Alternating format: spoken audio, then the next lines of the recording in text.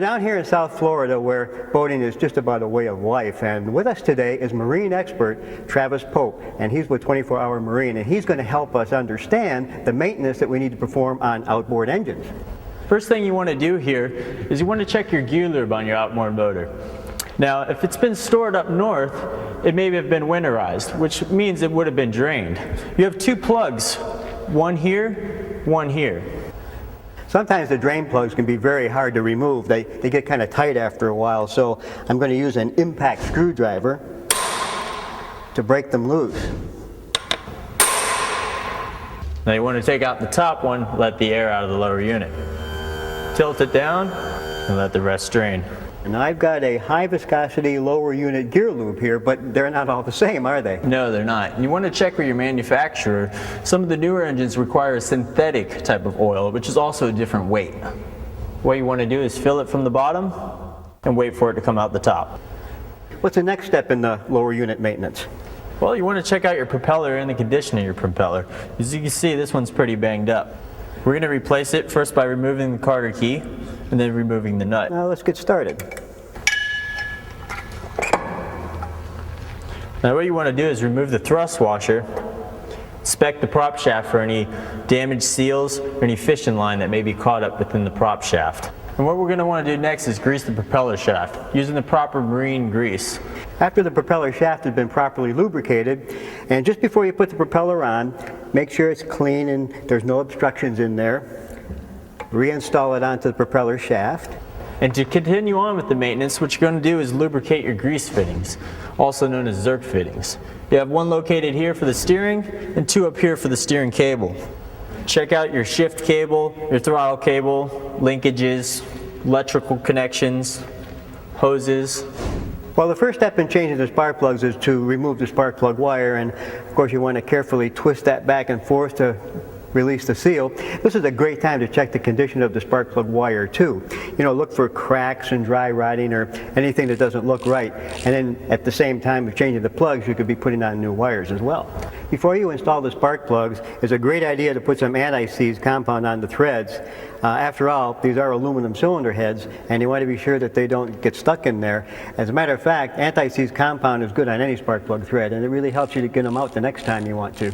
After you get your spark plug torqued in there properly, the next step would be to put some boot protector on the tip of the spark plug, just like so. And what that does is lubricates the boot, and it also prevents spark from splashing out along the side of the boot and arcing the ground.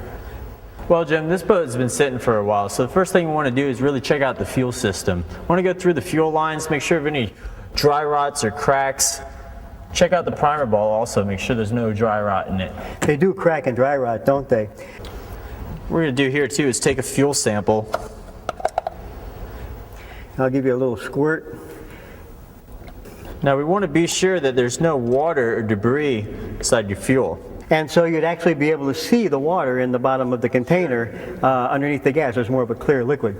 And you know, some boats actually have a fuel water separator system on them, and those boats have a filter like this. And so if you have a boat that needs a water filter, be sure you change that about every 20 hours or so. And the next important thing you want to check is the battery terminals themselves. You want to make sure that your wing nuts are nice and tight, and also your battery cables are in good condition. That's right, Travis, and we also want to make sure that the terminals themselves are clean and not corroded, and a spray like this works just great for taking care of problems like that. And also we want to make sure all the other electrical connections and wiring, including the fuses, are in good shape, because out on the water those types of things can work themselves loose. And finally, we can check the charging system on the boat to make sure that that's in good shape. And to do it, all you'll need is a voltmeter set on the proper range, and then connect the voltmeter to the battery terminals. First you turn the ignition switch on, but don't start the engine. The red lead goes to positive, the black lead goes to negative, and we'll take our reading, and that's what we call system voltage. And whatever that reading is, just write that down. The next thing you do is start the engine and make sure you have at least 1 volt above system voltage. And if you do, the charging system is working just fine. Well, last but certainly not least, we want to be sure we have a bilge pump that works properly. Absolutely, and also if your boat does live in the water, you want to have a float switch that is in working condition. Well, when it comes to maintaining the boat's hull, we've got a couple of things to consider, don't we, Travis? We have fiberglass hulls and aluminum hulls. So help us out. How do we maintain a fiberglass hull boat? On a fiberglass hull, you want to use a good wax. prolonging the life of your gel coat.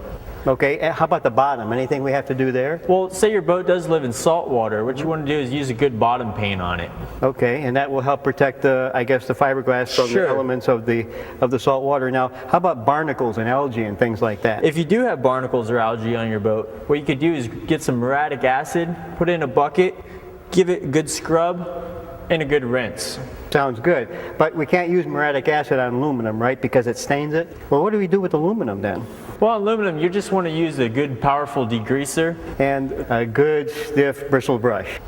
Well, when it comes to safety, especially out on the water, we just can't say enough.